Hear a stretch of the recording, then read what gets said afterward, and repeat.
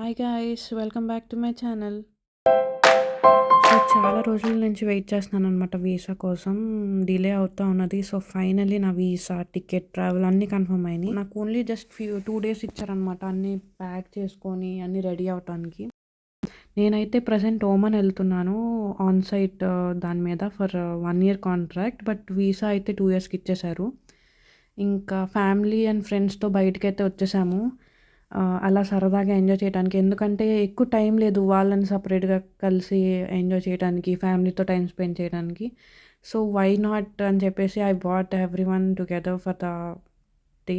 Time దొరుకుంటే బాగుండేది. Family members అందరినీ సరిగ్గా కలవటానికి అవ్వలేదు. అందరికీ మంచిగా బాయ్ చెప్పటానికి అవ్వలేదు.